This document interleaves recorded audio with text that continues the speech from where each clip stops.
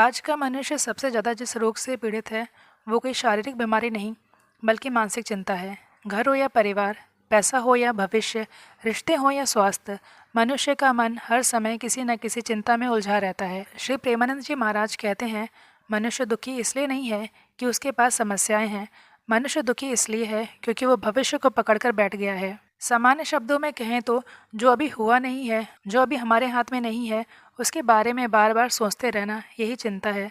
चिंता कोई वास्तविक समस्या नहीं, चिंता मन की बनाई हुई समस्या है। हमारा ध्यान इस बात पर नहीं होता कि आज हमारे पास क्या है, आज हम जीवित हैं, सांस ले रहे हैं, सुरक्षित हैं। हमारा ध्यान इस बात पर ना जाकर भविष्य की चिंताओं में उलझा रहता है कि कल क्या होगा, अगर ऐसा हो गया तो, अगर वैसा हो गया तो। बस यही सब सोचते रहना और चिंतित रहना, परेशान रहना। हम चाहते हैं कि सब कुछ हमारे हिसाब से हो, हमारा भविष्य पूरी तरह से सुरक्षित हो, कोई भी अनहोनी ना हो, लोग हमारे पसंद नापसंद के अनुसार बर्ताव करें, चीज़ें हमारे अकॉर्डिंग हो, इन्हीं सब की चाह रखना। चिंता के विषय को समझाते हुए श्री प्रेमानंद जी महाराज कहते हैं, जो भविष्य को नियंत्रित करना चाहता है वही सबसे ज़्यादा चिंतित रहता है, क्योंकि भविष्य कभी किसी के नियंत्रण में नहीं है। कोई नहीं जानता कि भविष्य में क्या होगा। लोग वर्तमान में नहीं जीते और न ही वर्तमान में सही प्रकार से कर्म करते हैं, केवल भविष्य की चिंताओं में उलझे रहते हैं। जब आप लगातार चिंता करते रहते हैं तो इससे आपका भविष्य तो सुरक्षित नहीं होता, किंतु लगातार की चिंता करने से कई प्रकार की बीमारियों से ग्रसित हो सकते हैं। इससे ब्लड प्रेशर बढ़ता है, नींद खराब हो जाती है, पाचन तंत्र कमज़ोर होता है, ऐसे न जाने कितने रोग होने की संभावना बढ़ जाती है। चिंता जो मन की बीमारी है वो शरीर में रोग बनकर उतरती है। चिंता बुद्धि को नष्ट कर देती है। चिंतित व्यक्ति सही निर्णय नहीं ले पाता है, वो डर के कारण गलत फैसले कर बैठता है, वो छोटी बात को बड़ा बना देते हैं।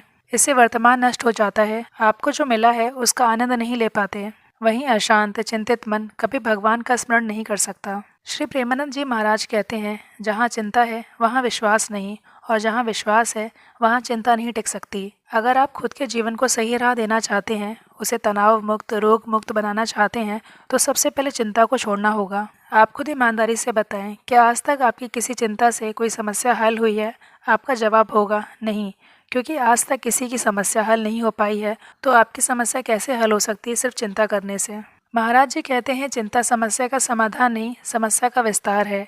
ये आपकी ऊर्जा समाप्त करती है, समय बर्बाद करती है, आपके मन को कमज़ोर बनाती है। तो अब सवाल ये आता है कि चिंता को कैसे छोड़ें।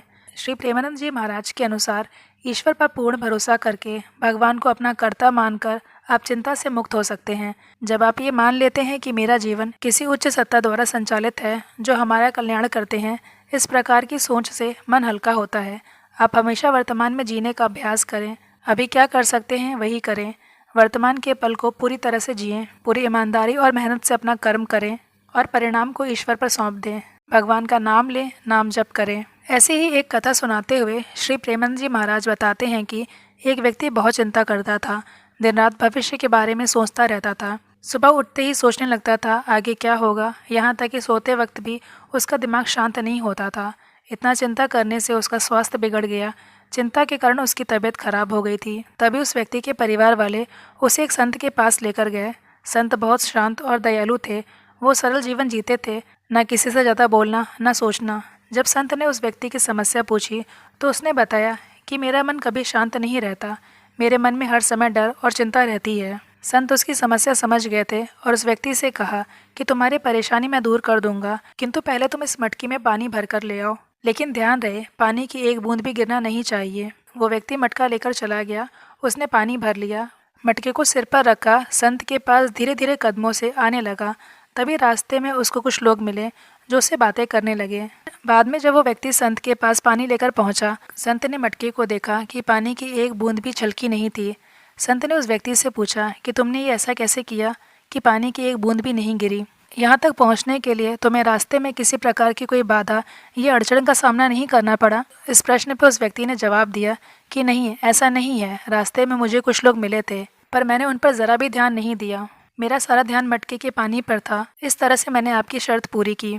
उस व्यक्ति की ये बात सुनकर संत बोले, ऐसे ही जब तुम अपना सारा ध्यान अपने लक्ष्य पर लगाओगे तो तुम्हारा ध्यान बेवजह की चिंताओं पे नहीं जाएगा। भविष्य की चिंता क्यों करते हो? क्या वो तुम्हारे पास है? नहीं, तो फिर तुम उसकी चिंता करके उसका बोझ क्यों उठाते हो? बस खुद पर विश्वास करो, वर्तमान में रहकर अपना कर्म करो, ईश्वर पर भरोसा रखते हुए नाम जप करो और चिंताओं को भगवान के चरणों में छोड़ दो।